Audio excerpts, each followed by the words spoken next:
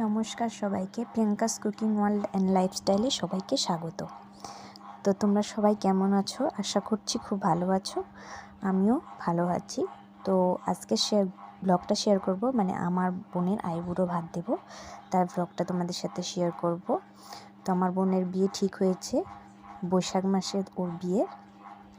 তো আমার যেহেতু স্কুল থাকে, তো আমি ওকে ওর বিয়ের আগে আইবুড়ো ভাতটা দিতে পারবো না, তাই ভাবলাম এখন স্কুল বন্ধ আছে, এই আইবুড়ো ভাতটা ওকে এখনই দিয়ে দিই।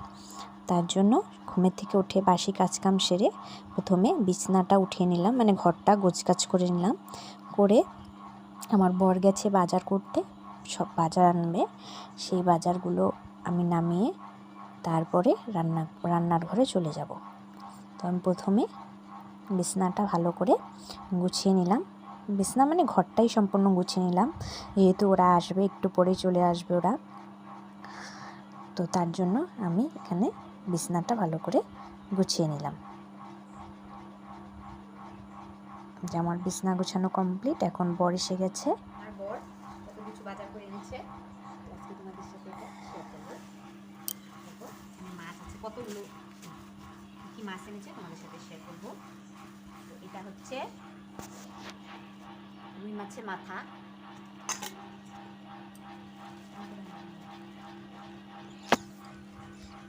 এগুলা হচ্ছে রুই মাছ।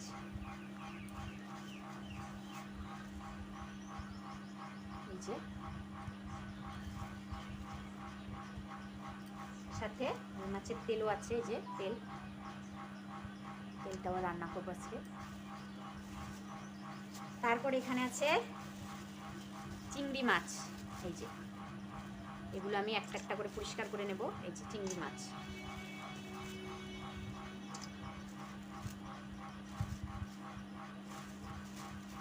তারপরে আছে এই যে এখানে পাবদা মাছ,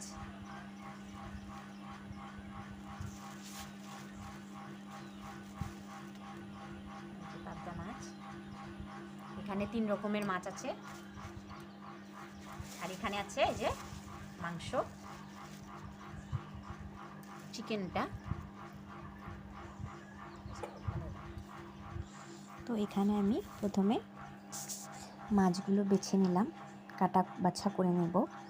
মাছ মাংস সব কাটা বাছা করে একবারে ধুয়ে রান্নার ঘরে আমাকে যেতে হবে। অনেকগুলো আইটেম বানাতে হবে, তো সময়ও অনেক লাগবে। আমি নিজে হাতে একা একা সব করব, তার জন্য প্রচুর সময়ের দরকার আছে।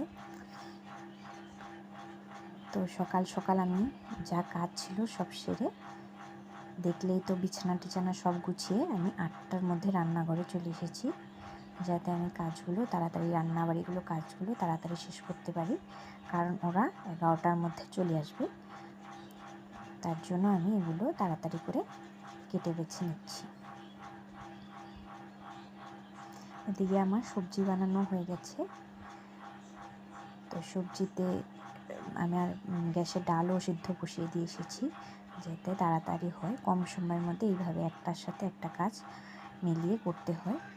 এই যে ডাল সিদ্ধ করা হয়েছে, এখানে আমার সব রেডি। যে বাঁধাকপি কেটে নিয়েছি, ভাজা 3 রকমের ভাজা, মাছ মাংস সব ধুয়ে নিয়েছি। এখানে আমি সব রেডি করে নিয়েছি, এখন এক এক করে রান্না করব। তো প্রথমে আমি মাছ ভাজাভুজিগুলো করে নেব, মাছটা ভাজবো, আর যেটা 3 রকমের ভাজা, এই ভাজাগুলো ভেজে নেব। তো মাছে আমি প্রথমে নুন হলুদ মাখিয়ে মাছটাকে ভেজে নেব।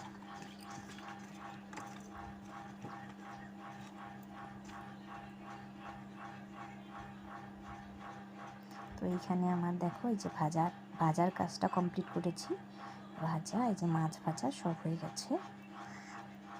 তো এই যে আমার রান্নাবাড়িও কমপ্লিট। আমি রান্নার ভিডিও করিনি, কারণ অনেকগুলো জিনিস রেডি করার ছিল, তাই সময় পাইনি। দেখো সব রান্না কমপ্লিট হয়ে গেছে, এখন তোমাদের সাথে শেয়ার করছি।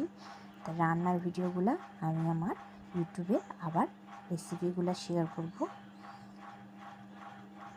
আর কি কি আইটেম আছে আমার বোন তোমাদের বলে দেবে। এখন আমি তার জন্য কিছু আইটেমের কথা বলবো না, জাস্ট দেখিয়ে দিলাম ওইগুলো আমি রান্না করেছি।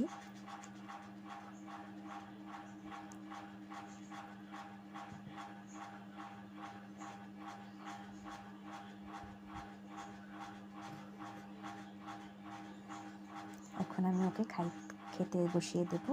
এই যে সব রেডি করে আমাদের মধ্যে বুড়ো ভাতে বসিয়ে আশীর্বাদ দিতে হয়।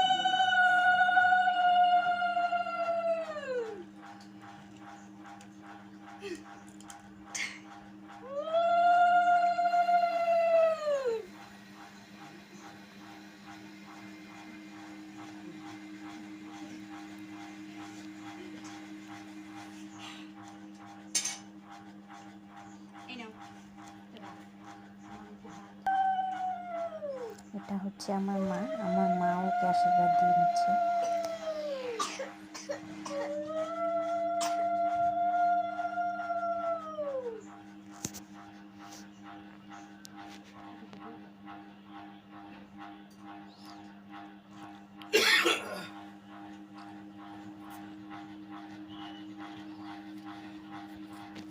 ও এখন বলে দেবে এখানে কি কি আইটেম আছে।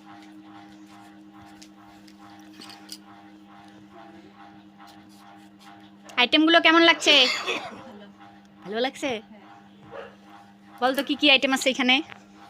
এটা হলো চাটনি, ডাল, মাছের মাথা, এটা মাছের ঝোল, চিংড়ি মাছের মালাইকারি, আর এটা হলো পাতা মাছ, এটা চিকেন, বাঁধাকপি ঘন্ট মাছের মাথা দিয়ে, মাছের তেল বেগুন, পটল ভাজা, আলু ভাজা, বেগুন ভাজা, স্যালাড, আর এটা শাক, লঙ্কা।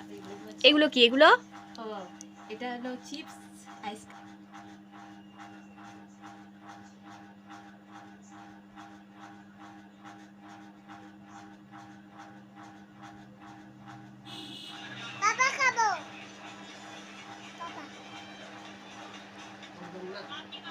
রান্নাবাড়ি কেমন হয়েছে রে? ভালো হয়েছে? তো ও খেতে থাক। তো আজকের ব্লগটা আমি এখানে শেষ করছি। এখন আমি বাকি সবাইকেও খেতে দেব। তো এখানেই শেষ করলাম। টাটা, সবাই ভালো থেকো।